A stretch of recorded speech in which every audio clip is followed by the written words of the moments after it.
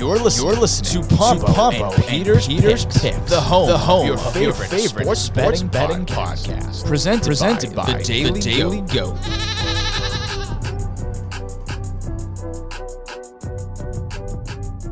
Hello and welcome to another episode of Pombo and Peter's Picks. I'm Jason Pombo, along with Peter Alves as always. But Peter, this week's a little bit different than usual. So this week, everybody will be very fortunate and lucky to have two episodes of Pombo and Peter's Picks.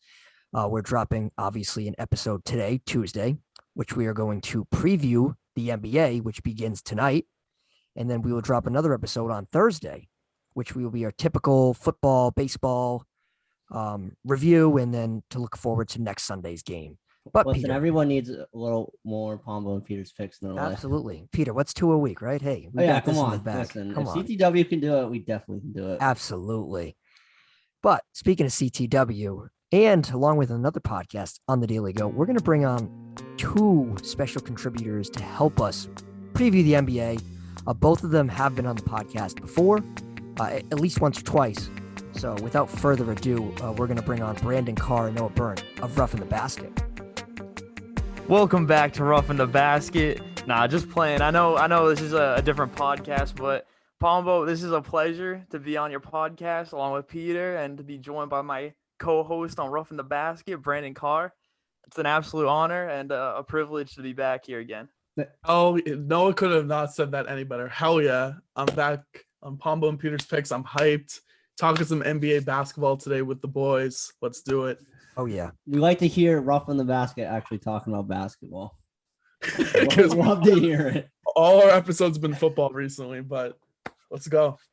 Yeah, for sure, bro. So like I just said, NBA action starts tonight. It's been a long off season. It's been an exciting one. I think the off season was filled with some fireworks. We saw some pretty decent sized trades, some free agency acquisitions, and typical NBA drama per se, which who doesn't get better than that? So currently constructed, I think the main point people are talking about is Ben Simmons and Kyrie Irving. Those two seem to be at the forefront going into the NBA season as the biggest talking points. It looks like Philadelphia plans on keeping Ben Simmons as of now. When it comes to Kyrie Irving, his future is as unclear as it gets. He currently isn't allowed to play in the state of New York due to COVID restrictions. And the general manager of the Brooklyn Nets and Steve Nash already went out and said, like, look, until he gets the vaccine, he's out. So before we get into how we think the East and West will go this year, I kind of want your opinions on Ben Simmons and Kyrie Irving. So Noah, what do you think of that? First, start off with Simmons, because I know you're a big Simmons, a big anti-Simmons guy, I should say. Yeah. All right, I wouldn't say I'm a huge anti-Simmons guy. Like, just to clarify something, like coming out of college, when I saw him play his first season, first season he was injured, but his first full season playing, I was really impressed by him. I thought that he was great at playing defense. He was able to score the ball pretty effectively, despite the fact that he didn't have a three-point shot. And I was so convinced that he was going to end up developing his game and taking it to the next level and being able to develop a three-point shot. That has not happened, and we're on year 4 now of him playing. And I think that's the biggest disappointment, because you see Lonzo Ball, and he's been able to form a three-point shot. And it just shows that Ben Simmons is flat out lazy. You know, he's been with more like models than he's made three-point shots. You know, it's true, man. It's true. So it's kind of sad. I'm not a big Simmons guy at the moment. I think he has a potential. I'm not hating on him. He has a potential. It's just, does he have the work ethic? So far, I haven't seen it. And he doesn't want to be on the 76ers. He's made it clear. So I'm just waiting to see what team he's going to go to next. So just want to throw another Ben Simmons point at you that I saw yesterday on Twitter circulating. I forgot where it was from, but Ben Simmons did practice yesterday, and he practiced in sweatpants with his cell phone in his pocket. So sounds like him. Sounds like Classic Ben Simmons. Also added on to that, I'm pretty sure that the team had like a huddle like at the end of practice, and like he like did not participate in it, and he like rushed out. Yeah. So it's clear there's a disconnect, and I think Daryl Morey's waiting around, seeing if maybe an injury occurs or a team starts off slow. And Daryl Morey, he's a great general manager. I think he's probably arguably the best general manager in the NBA. He'll figure it out. Now, Simmons' market, I think there's teams that really like Ben Simmons, and I bet you there's teams that think he kind of sucks. So like I feel like it's a little bit of a mixed market. So Carr, I'm going to go to you now. We're going to transition here. What do you think of the Kyrie Irving situation? Do you believe he plays this season? I mean, with Kyrie Irving, we know about the baggage that he kind of brings to like these organizations. Obviously, this issue like is bigger than basketball. Like, there's a whole thing like whether or not he should get the vaccine, like, and obviously, that's prevented him from playing. And we've kind of seen it from the Nets general manager and the coach Steve Nash kind of being like, hey, like you can't play for the team if you don't get the vaccine, which I think puts a lot of pressure on the Nets. I think Kyrie Irving could be moved. I think that's very possible. And I was kind of thinking of a scenario in my head. Like, speaking of Ben Simmons, wouldn't the Nets make a trade to acquire Ben Simmons and the 76ers get Kyrie Irving? Like, that could possibly be a scenario I could see. Obviously, the Nets, I think, are kind of, it's being rumored that they're kind of like already planning with not having Kyrie Irving, which I think they're still a good team even without him. I think you have Kevin Durant, you have James Harden, two of the best scorers in the league. They brought in Patty Mills, who I thought was a great free agency acquisition. They have a kid, Cam Thomas, in the draft, who I, kind of touted as being a sleeper, and he's been really good in summer league. And whether or not he could develop his game, that'd be great for them. But I think this Nets team, losing Kyrie Irving is going to kind of stink for them, but I just don't think I see him playing this season for them. Whether or not he just sits out the year, whether or not he gets traded in a scenario like I just mentioned, I think it's possible. But yeah, I think the Nets kind of, if they're in the mindset that they are right now with them knowing that Kyrie's probably not going to play and you have Kevin Durant and James Harden, I just feel like that they're going to be fine even without Kyrie. Yeah, you bring up an interesting point in terms of people have talked about it. What if you trade Kyrie Irving for Ben Simmons? So the only thing that I would pause and say, this is just my personal opinion. I think if Kyrie Irving gets traded, I think he retires. Like, I just truthfully believe that. I think it's Brooklyn or bust for him. I know he did an Instagram live and he kind of talked about like, oh, well, I'm not retiring, this and that, but I'm just not buying it. I know there's a report out there from Nick Wright of FS1, and he talked about how Kyrie's agent has made it known throughout the league. If he gets traded, he's not playing. And I absolutely believe that.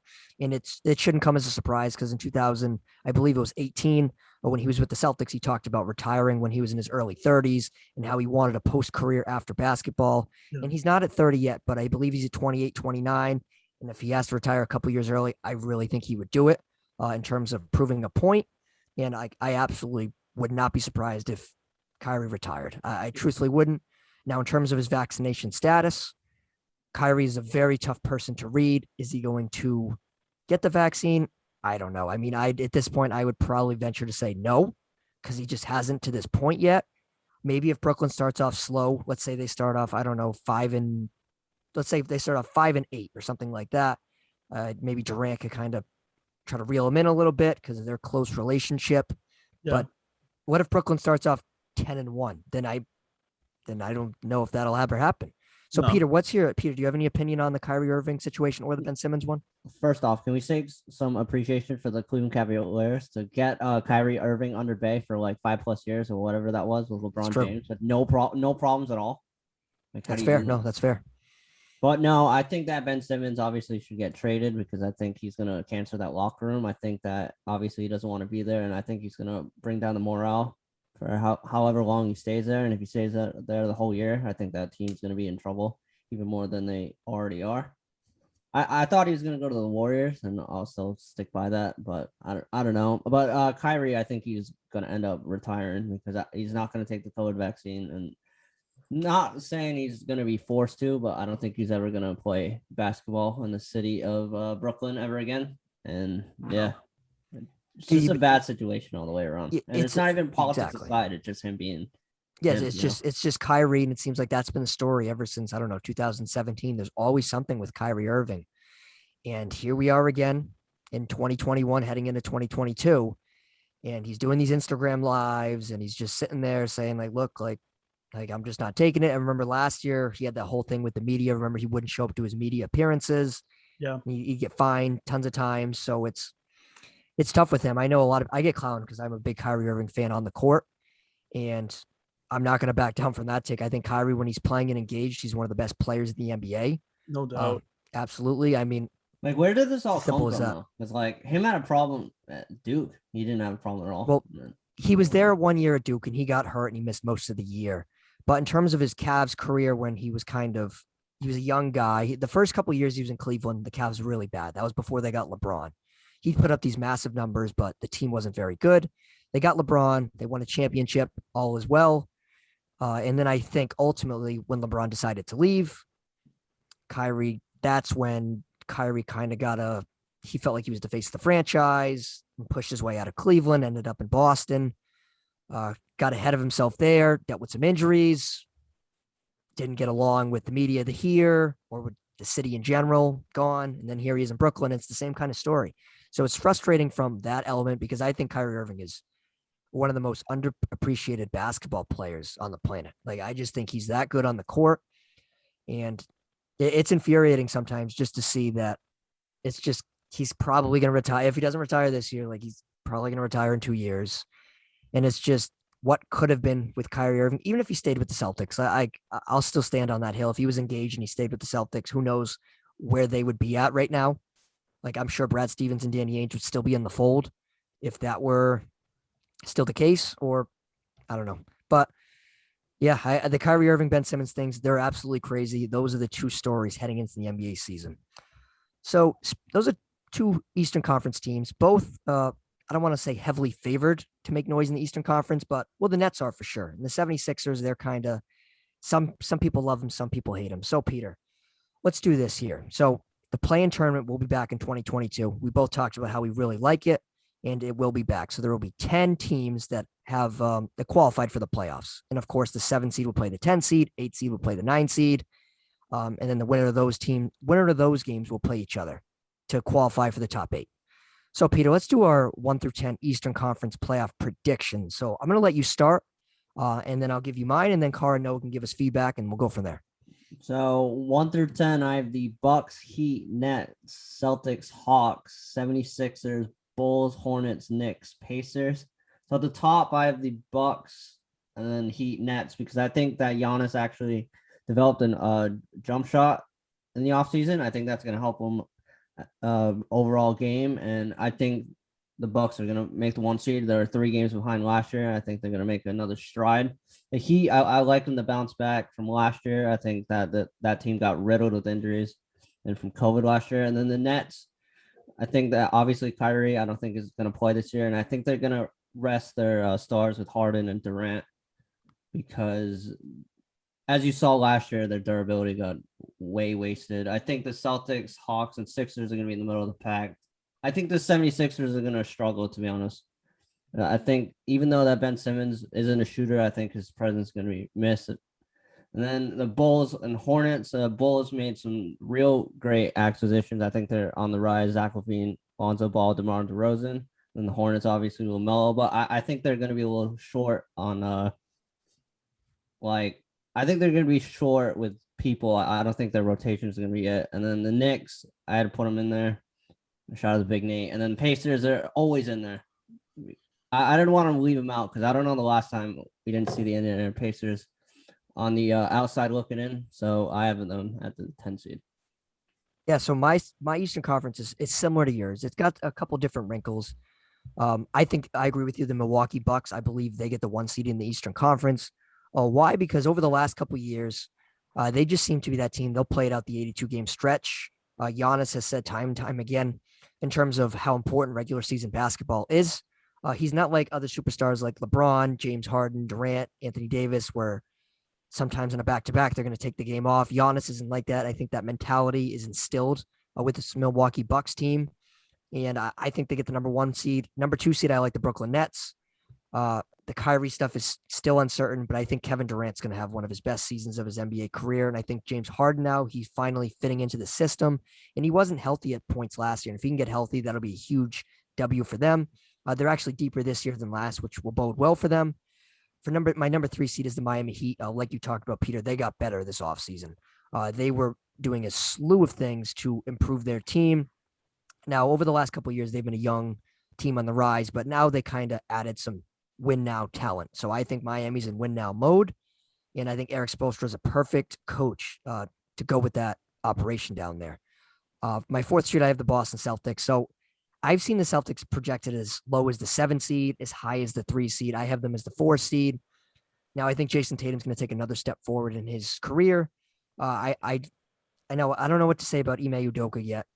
The jury's unknown, but I like what I've seen in terms of preseason. I like what I saw from Aaron Nesmith, Romeo Langford. If those guys can take a step forward, that's huge.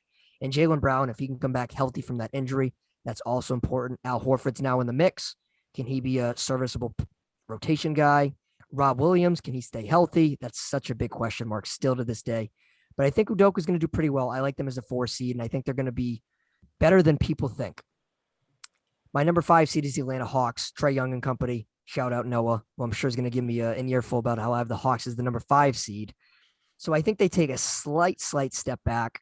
Now everyone knows how potent they were in the postseason and how awesome Nate McMillan got that squad. But I like them as the number 5 seed.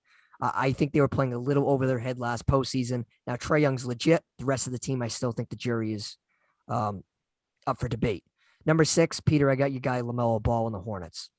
Now I think they're a young team on the rise. Why do you have LaMelo over Lonzo? You see, I'll get to the Bulls later on. But in terms of the Hornets, they showed me a lot last year. They're a gritty team. They have some young star power, and I like that. You're higher on LaMelo Ball. You're higher than the Ball brothers than I am.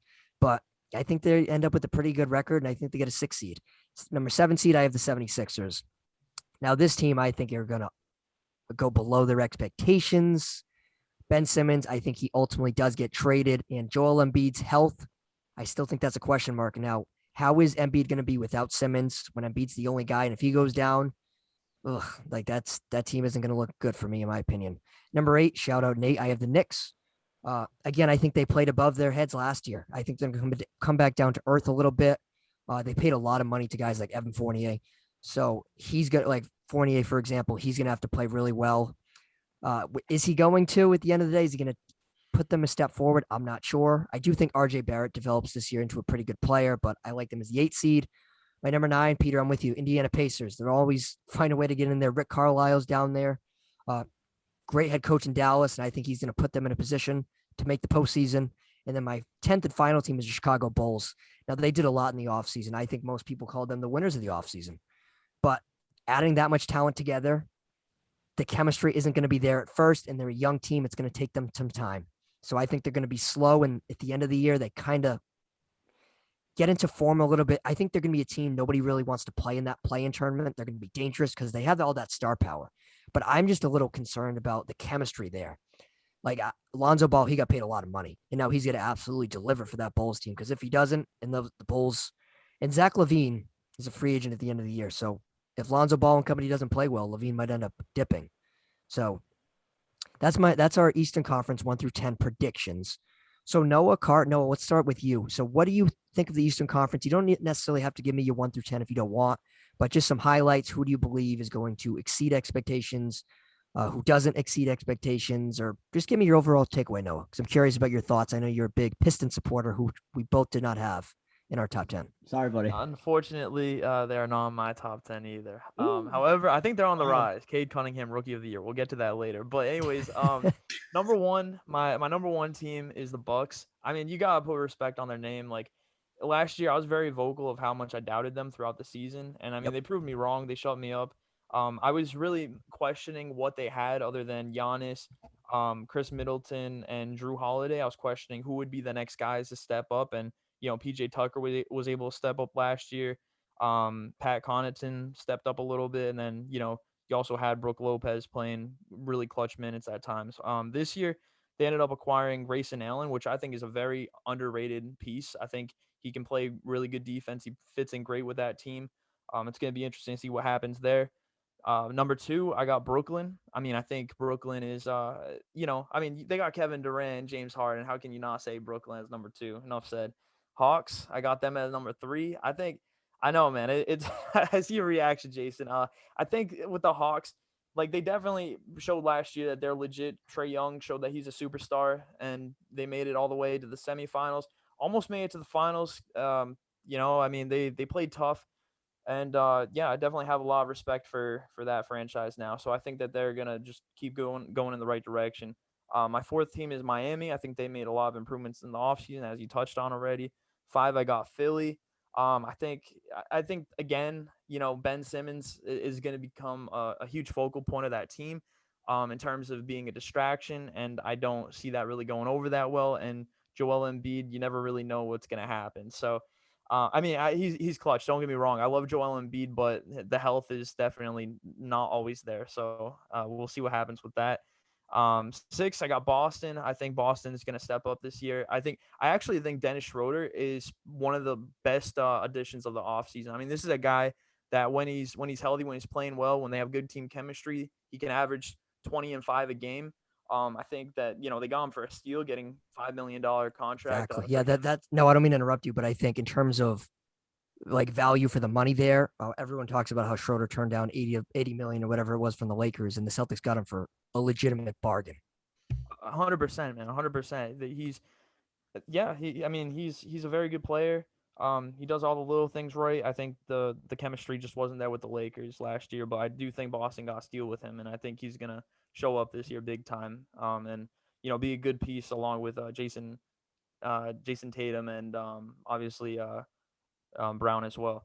And then I got the Bulls at number 7. I think that they're gonna. I mean, the Bulls are really intriguing for me in the sense where there's 4 players on the Bulls that are borderline superstar players, and none of them made the playoffs, or at least made it to the final 8, the 8 seeds. I mean, you did have DeMar DeRozan, you did have him in there, on the 10th seed with the Spurs.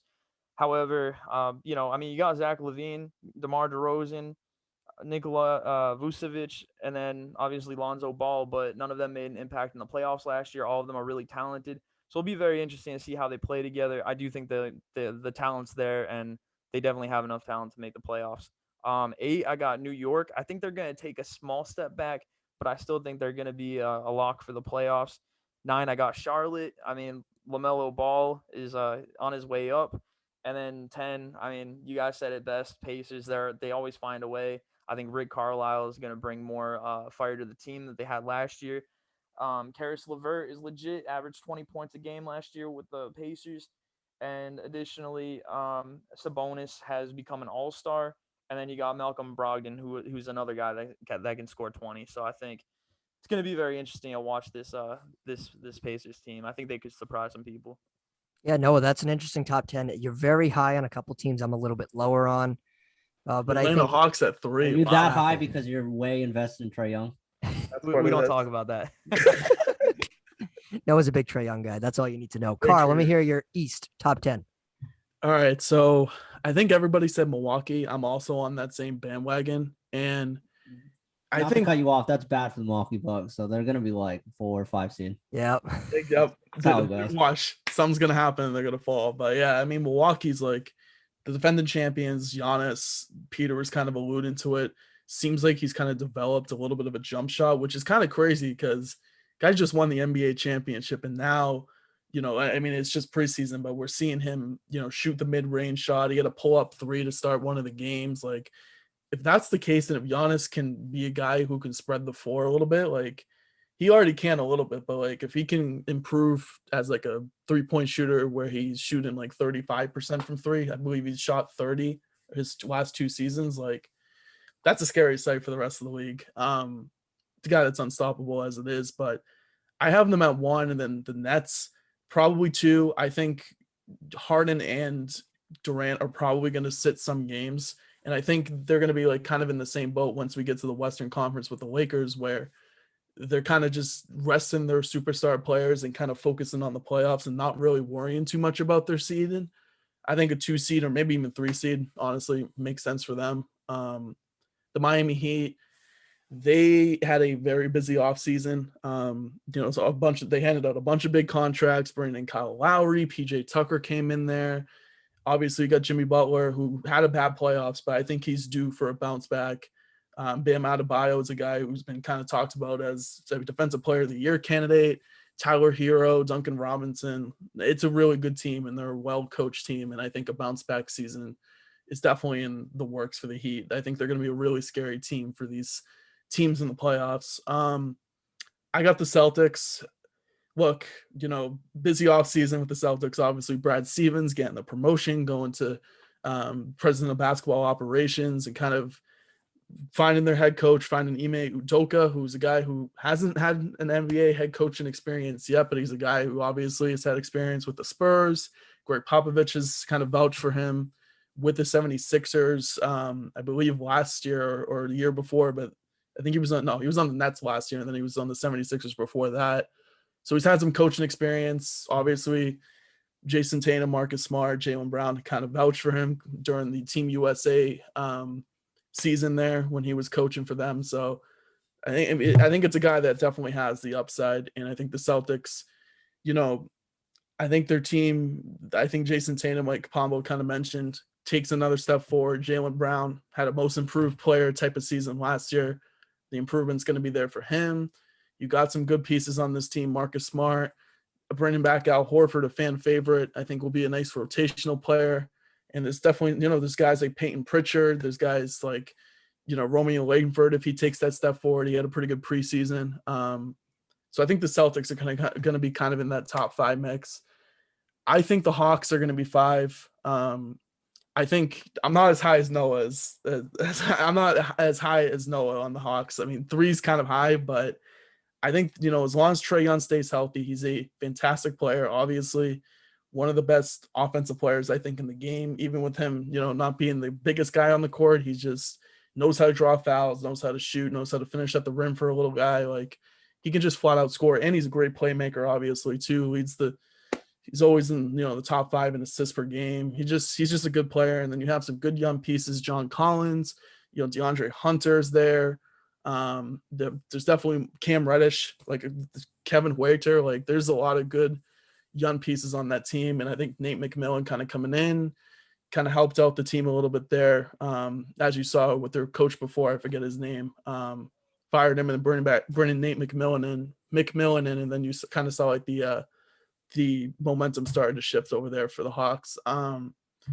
I think 6 will be the 76ers. I think the top 6 is kind of set in stone, in my opinion. I think the 76ers with the Ben Simmons drama, we don't know. Joel Embiid, I don't suspect him playing a full 82 games. I think there's going to be times where he's injured, and they're going to have to rely on these other guys like Tobias Harris and other names on that team. And I'm just not really high on the 76ers. I know they were the number 1 seed last year, but I just can't see it this year. And I think there's going to be a real regression there. I think you guys had like Chicago like outside your top 10. I think Chicago is 7. Yeah, I had them at 10. I think Peter 9. Noah, where did you have Chicago? I had them at 7. Yeah, okay. Okay. We're all on the same page. Yeah, I can see how chemistry could be an issue, like kind of developing that. But I think their team is they had a really good offseason. Bringing Lonzo to be the playmaker. Bringing DeMar DeRozan, great signing, veteran guy, knows how to score. One of the best mid-range scorers in basketball. Has really improved his playmaking skills with San Antonio. Kind of plug-and-play guy. Obviously, you got Zach LaVine, who's a 25-point-per-game scorer. Nikola Vucevic, I think, is a top 5 center in basketball. So this team, in some of the other pieces, Alex Caruso is a guy who can provide spark off the bench. Like he was able to do that with the Lakers. Solid defensive player on the perimeter. I really do like the Bulls, and I really like what they did this offseason. So I definitely think a big jump is coming, and I think they are going to be a pretty scary team. I think the Knicks are 8. The Knicks obviously had a really good season last year. They kind of have the same team. They didn't make too many free agency moves from what I remember, but you still have Julius Randle there, Derrick Rose still there, RJ Barrett still there, Thibodeau. Yeah, they had Evan Fournier was their Evan Fournier, acquisition. Former Celtic. Could kind of be a guy who can come in, score, solid 3-point shooter, 3-and-D type of player. So that kind of would just be a nice plug and play there for the Knicks. And I think the Knicks will be the 8th seed. Pacers are going to be in that conversation. I think they always are. And I think the Charlotte Hornets with LaMelo Ball and that team kind of just being a younger team, having some pretty good pieces on that team. I think they had a really solid draft as well. They'll be in that conversation. And I think LaMelo Ball takes another step forward. And that's kind of where I see, the Eastern Conference. It's definitely, it hasn't been the best conference in some time. Obviously, the Western Conference is way more loaded, but there's some good teams in the East, and I think it's only getting better. Yeah, I like you talked about it. The Eastern Conference, I think, is better than it was 5 years ago. Like Yeah. if you want to break it down into tiers, I think that's probably the best way to do it. I think Brooklyn and Milwaukee are the top tier in the East. Yeah. Then you kind of have that middle group, which is composed of like Boston, Miami, Atlanta, New York. Like I think that's like the middle tier. And even then, I think those teams have some good talent. Like Jason Tatum, he's a legitimate superstar. Trae Yeah. Young's a legitimate superstar. Jimmy Butler, same thing with him. So the East is deep. Now it's not as deep as the West, but the East is deeper than it has been in a long, long time. In my opinion, I think the top 6 is kind of set in stone, but like you can rearrange it as you please. I just think the Nets, Bucks, Heat, Celtics, 76ers, and Hawks are all in that top 6. Yep. One way or another. Now the Western Conference is a little bit different. Now, when it comes to the West, the star power is there, and sometimes in the Western Conference, you see teams with above 500 record miss out on the playoffs. Like the conference is that good. That's why the play-in tournament, I think, was really beneficial for the Western Conference, because you had some teams that were pretty decent that would miss out in the playoffs. When you look at the Eastern Conference, there'd be teams like 5-6 games under 500 and they'd make it, so the play-in tournament has an interesting little wrinkle for the Western Conference. So I'm going to give you guys my Western Conference 1 through 10 here. So I think the Jazz get the number 1 seed. Great regular season team for the last couple of years. Donovan Mitchell, I think, is going to take another step forward in terms of his development. I think they play hard. They play smart defensive basketball, and I think they end up with the number 1 seed, similar to the Bucks in terms of they play out the string in the regular season. Number 2, I actually have the Denver Nuggets. So the Nuggets, in my opinion, are one of the deepest teams in the NBA. Jamal Murray's going to miss the early part of the year, but when Murray comes back, that team is going to be firing on all cylinders. Nikola Jokic, reigning MVP. Hear that, Peter? Reigning MVP. Is going to take probably. He's going to play. Your ticket again? I know exactly. So Carr and Noah. So I'm a big Nikola Jokic guy, and Peter, I predicted him to win the NBA MVP last year, right? And I didn't bet on it. Yeah, on this like what we're doing right now. Yeah, exactly. So what we were doing like a year ago to this day, we went in and I said Jokic was going to win the MVP, and here we are, and he did, but I didn't bet on it because I suck. But Michael Porter Jr. is another guy that's going to take a step forward too. I think he's a candidate for the 6th Man of the Year award, or even the Most Improved Player of the Year award, because when he's healthy, that guy can absolutely ball. Number 3 seed in the West, I like the Lakers. The Lakers, I have them at 3. They have a whole new cast of characters, but I think their thing that'll hold them back a little bit is their age. I think people shouldn't take that for granted. They're an old veteran team. LeBron James, Russell Westbrook and company, they aren't spring chickens anymore. They're going to need some rest on those back-to-back games, which, in my opinion, will be the reason why they end up like as the number 3 seed. Number 4 seed, I like the Clippers. So Kawhi Leonard, nobody really knows when he's going to come back to the NBA action here. But I think Paul George was awesome last season. I know Peter hates Paul George for some reason, but Paul George was awesome last year. And I think Tyronn Lue did a pretty good job as the coach. And despite the fact that the Clippers didn't really make any splashy moves, I think they finished as the number 4 seed. Number 5, I like the Phoenix Suns after their trip to the NBA Finals. I do think they a slight step back. You look at it, Chris Paul is another year older. DeAndre Ayton is in a really fiery contract negotiation. He did not receive an extension, and I'm sure he's not thrilled with that. The owner reportedly did not offer him a max deal. So I think that's notable. Not sure where his head is at, and I think Chris Paul is another year older. So I like them as the number 5 seed. 6, I like the Mavs. Luka Doncic. Enough said. You can't find the four of us on this podcast right now like Luka Doncic more than anyone else on the planet. I mean, me and Noah, we'll never forget it. 3 years ago, whatever it was, 4 years ago, we're sitting in Buffalo Wild Wings, just me and him, watching the NBA draft, and we saw the Phoenix select DeAndre Ayton, and me and him are laughing. We're like, those idiots. How could you pass on Luka Doncic? You just passed on a generational talent. I remember it like it was yesterday. And sure enough, here we are. Luka Doncic is arguably a top 3 player in the NBA right now in his early 20s. He is going to be a figure in the NBA for a long, long time. He's done it overseas. He's going to do it in the NBA, and he's got a new head coach now. So we'll see how that all meshes together. But I like them as the 6th seed. I still think they have some room to develop and improve. Kristaps Porzingis. Ugh. Well, let's see what you got there, kid. Let's keep setting some screens for Doncic because he was very inconsistent last year. Number 7, I like the Warriors. So Klay Thompson is returning. Now, how's he going to be after not playing for virtually a year and a half or whatever it was? I think that's a question mark. Steph Curry, he's going to do what Steph Curry does, but I think it's going to take them a while to get their feet under them. I like them as the 7 seed. Number 8, I like the Grizzlies. The Grizzlies are a young, scrappy team. They just extended Jaren Jackson Jr. yesterday. I think he's a nice little player, and I think the Grizzlies are a young team on the rise. Ja Morant, he's legit. Number 9, I like Damian Lillard and the Trailblazers. This year is a huge year for the Trailblazers because if they falter, I think Lillard's gone. Like I've said that, I've been barking up that tree all year, and I'm going to stick by that. And I think they end up with the 9 seed. Is that going to be enough to keep Lillard in town? I say no. Number 10 seed for me is going to be the Pelicans. So I'm not going to say I've been anti-Zion Williamson, but I've had some real questions about his shooting. About his weight. His weight are the 2 things that really, and his durability. So I've been critical of Zion Williamson because we hear about all these splashy dunks, all these splashy plays. It's all fine and nice, but when the rubber meets the road in big games and you got to shoot the ball, he's faltered.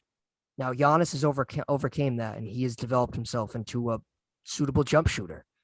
Ben Simmons has not, and Ben Simmons, his value right now is in the toilet. Now, how is Zion going to do? Is he going to get in NBA shape? Now, I know he's a kid, but he has to get his NBA body. We see all these pictures of Jason Tatum now. He's filled out, and he has an NBA body. Let's see what Zion Williamson looks like. I do still think they end up with the 10 seed because at that point in the West, probably between them and San Antonio, I wouldn't totally rule out the Spurs because this could reportedly be Popovich's last year in town. But I'm going to lean the Pelicans. I'm going to give the Zion people one more year. If Zion doesn't make the playoffs, Peter, I am OUT out on Zion. Like I wrote an article last year, I think it was the top 10 players under the age of 25. And I said Zion wasn't even in the top 5. And I'm going to still stand by that. So, Peter, you want to give your top 10? As you said, I have the Jazz at number 1. I think they're the best regular season team in the Western Conference. Playoffs aside, we'll get to that when we get to that. 2 is the Lakers. I think that LeBron James had his worst year of his career. I think he's going to have to prove his doubters wrong and his durability issues. Well, not issues, but his durability issue from last year. And I think that you can call it an issue. You can call it an issue. That's fair. Yeah. And then Westbrook, I think, is going to have a huge step forward. Anthony Davis is going to do what he wants. 3, I have the Dallas Mavericks. I think Luka Doncic is going to be top 2 MVP discussion this year.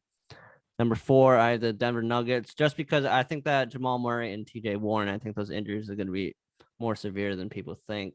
Number 5, I have the Warriors. I think, barring that Klay Thompson doesn't get destroyed again, I think just because of Steph Curry alone, I think they're going to be better than they were last year. 6, I have the Suns. I think they're going to do a major regression from last year. Chris Paul is another year older. And don't be surprised if DeAndre Ayton is unhappy that he didn't get extended. Yep, I agree. 7, I have the Clippers. I think, obviously, Leonard's not playing for a while, and I hate Paul George. Just tell him to...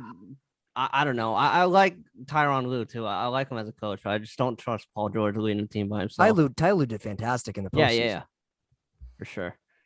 8, I have the Trailblazers. Dependent on obviously Damian Lillard stays on that team. 9, Grizzlies. Ja Morant, I think is going to have a huge step forward, and that's why I have the 10 seed Kings. I think that De'Aaron Fox is going to have a huge step forward. It's his contract year, right? I believe it is. And yeah, when it comes to Fox, I think he is another underrated guy in the NBA that kind of gets looked over from these Western Conference point guards like Damian Lillard, Steph Curry. People kind of forget a guy like De'Aaron Fox who's stuck in Sacramento.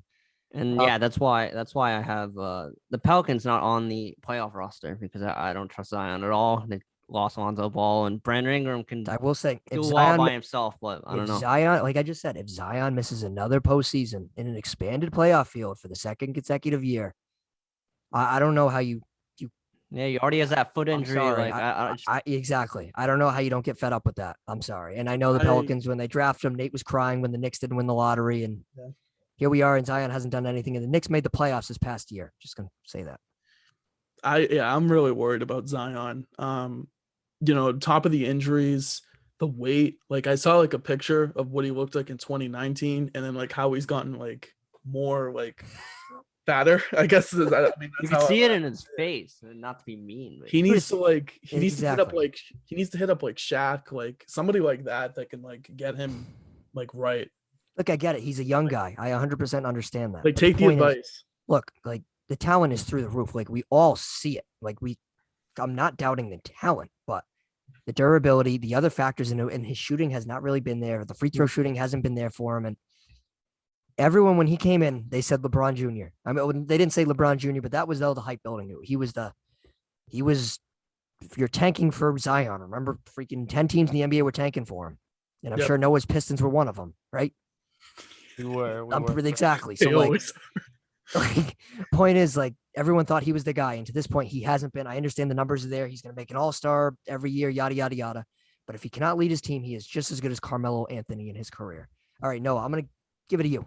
Western right. Conference 1 through 10. So here's the thing. I do think Zion is gonna make the playoffs this year. I had him as a 10th seed, so 100% think so. You know, LeBron missed the playoffs first 2 years of his career, and I mean, obviously, we all saw how his career has played out.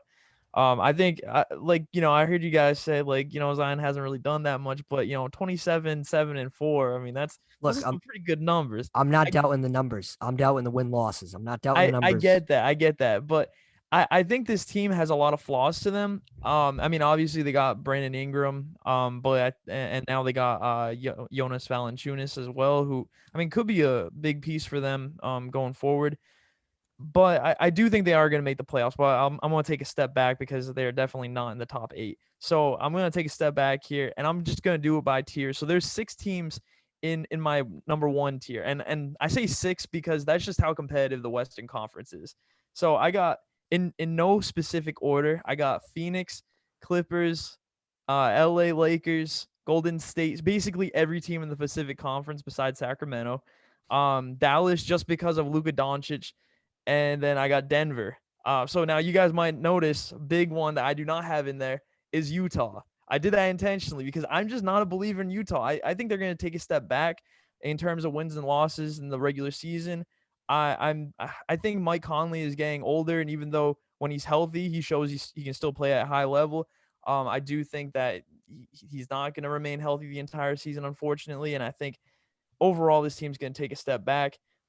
Portland, I mean, you gotta throw him in there just because of Dame Lillard, but I think without Dame Lillard, this team is absolute garbage, to be honest. So, you know, that's 8 right there.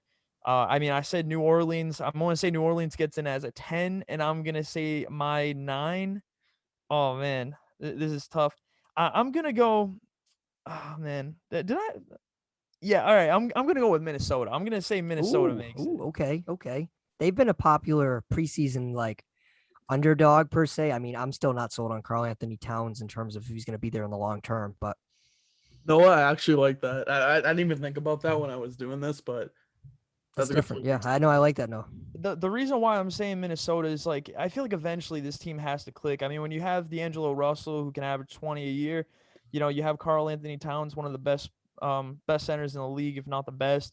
Anthony Edwards is going to get better. Malik Beasley, when he gets out of prison, is going to be better. It's true story. Hey, he's serving time right now. Patrick Beverly, when he's not suspended for, you know, shoving people while they're down on the ground. Noah has very strong feelings about that. Oh my God! Yeah. We all got angry texts after that.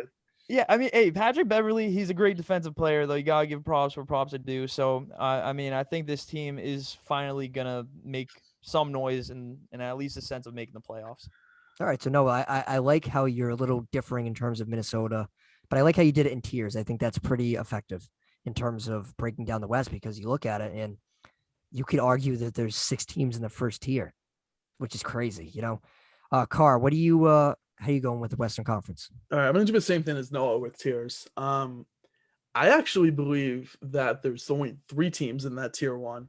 Okay. So I would say Lakers, Jazz, and Nuggets, I think, are probably in that tier 1 for me. The Lakers, I feel like, would probably end up as the 3 seed, just because I think they're going to just sit players. Russell Westbrook, I think, would probably play for probably the most games out of anybody on that team, but I think Anthony Davis is going to sit. I think LeBron's going to sit some games, and they're just going to prepare for the postseason due to what happened last year, simply. I mean, the Lakers got screwed basically because of injuries. They could have been a lot higher, but obviously you deal with injuries, and I think they're going to kind of take it cautiously this year. Jazz are always a good regular season team. I would probably say they finish as the number 1 seed. Usually, I mean, they're usually the best defensive team in the league. You have some really good players, good depth, good coaching. Just a regular season team. And Nuggets, I think, are a scary team as well. Obviously, with Jokic, Michael Porter Jr. getting that contract extension, and then Jamal Murray coming back from injury, and then some of the other players they have on that teams. I would just say that would be like my tier 1.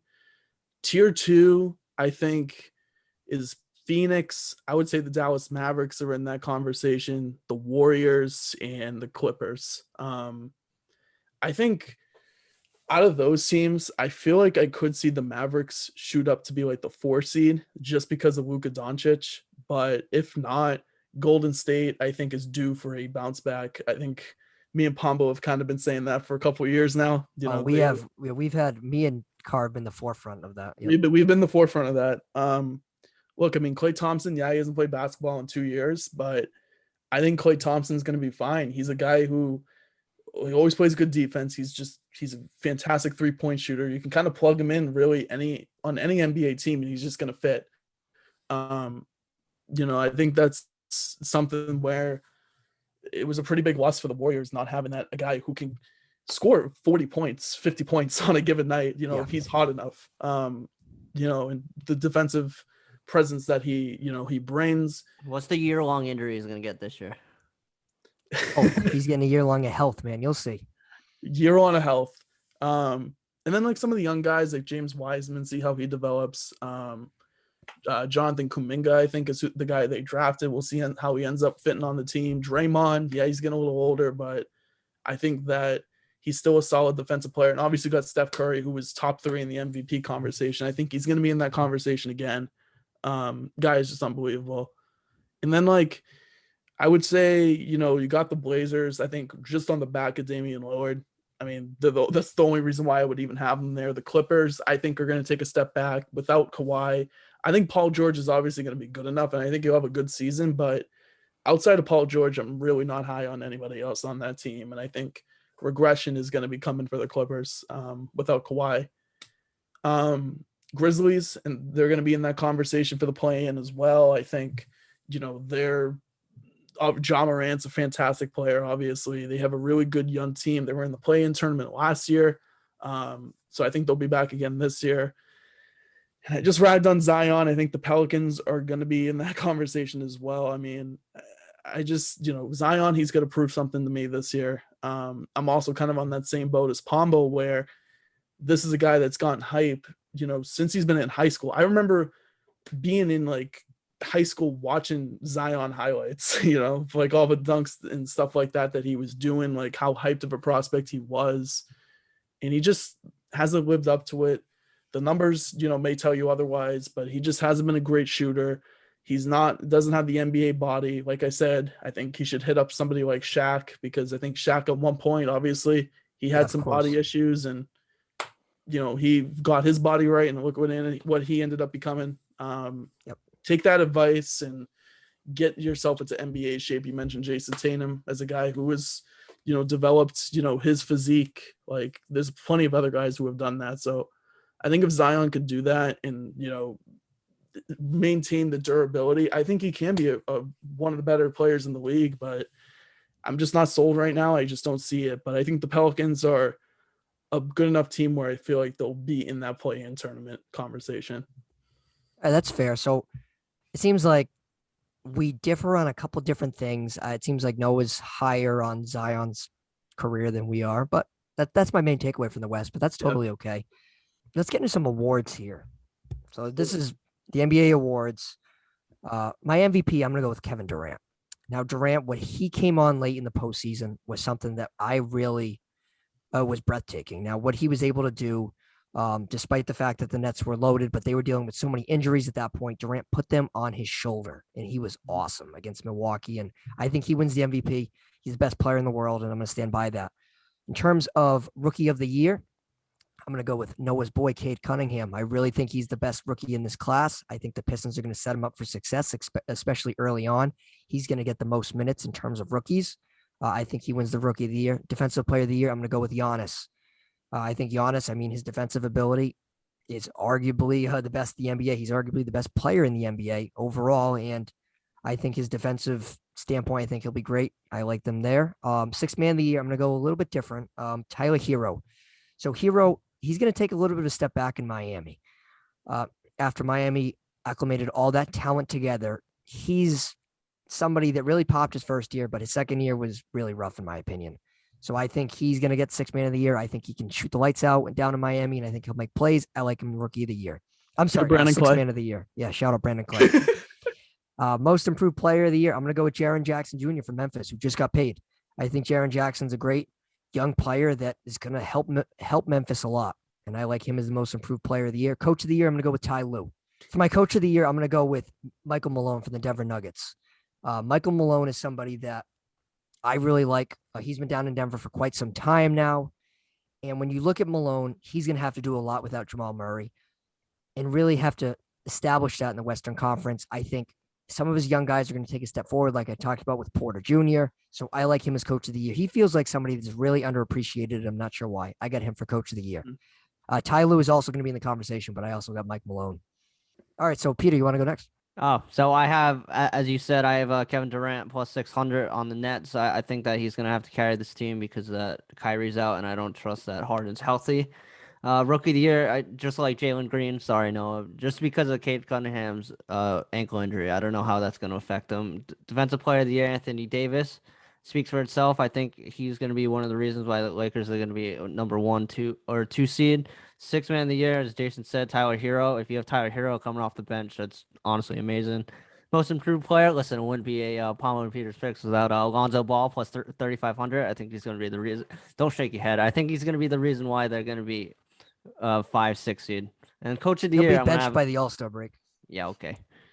Yeah, his dad's going to be like, absolutely not. But coach of the year, I have Udoka plus 1,500. I think the Celtics couldn't be any worse last year, and I think that Jaylen Brown, Jason Tatum, and Marcus Smart and others are just going to gravitate towards him like how the Red Sox gravitated toward Alex Cora, and I think they're going to be better than people think this year. That's a good example, Peter. I like that analogy. All right, Noah, I'm very curious about who your Rookie of the Year is and stuff, so we're going to start with you.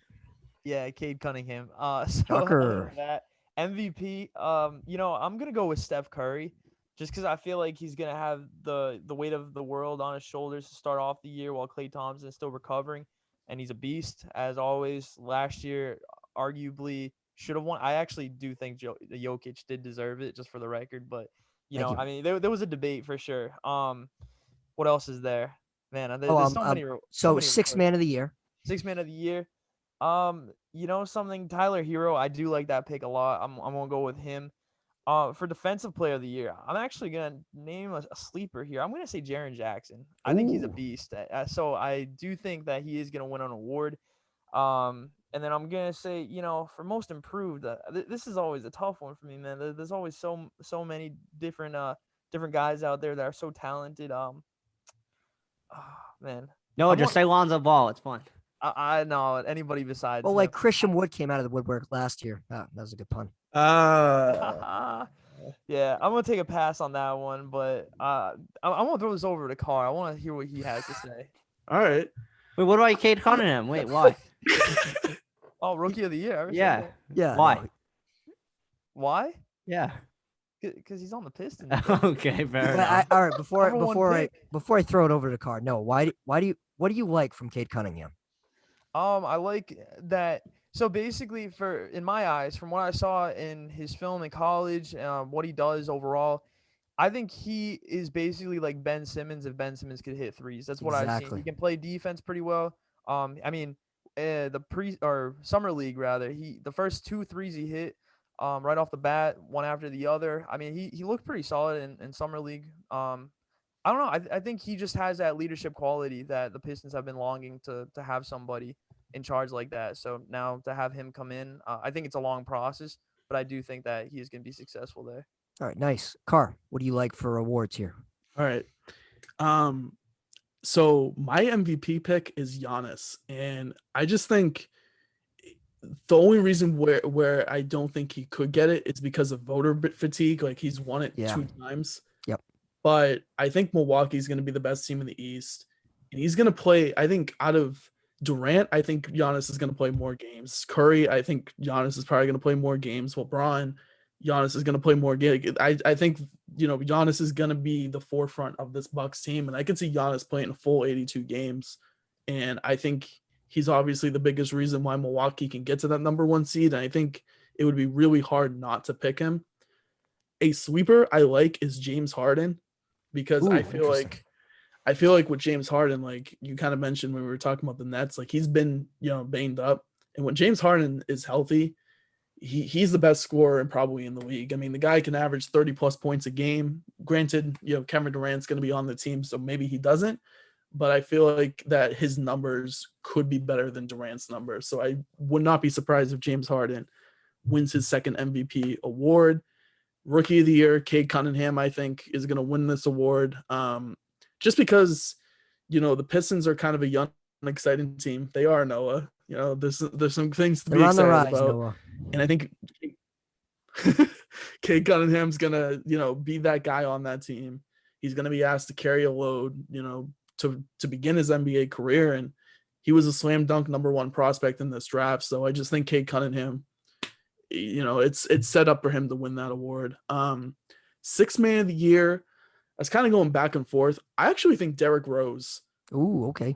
I think Derrick Rose, he was in that conversation last year, and I think, he's kind of found himself, here in New York, and I think how he played last year, I think he's someone that can average maybe 18, 19, maybe even potentially 20 points off the bench. I definitely think Derrick Rose could be in that conversation. I think he can win it. Another guy, Tyrese Halliburton from Sacramento, was a guy. I love that. That was someone else I had my eye on. I think Halliburton. I like Halliburton too. Yep.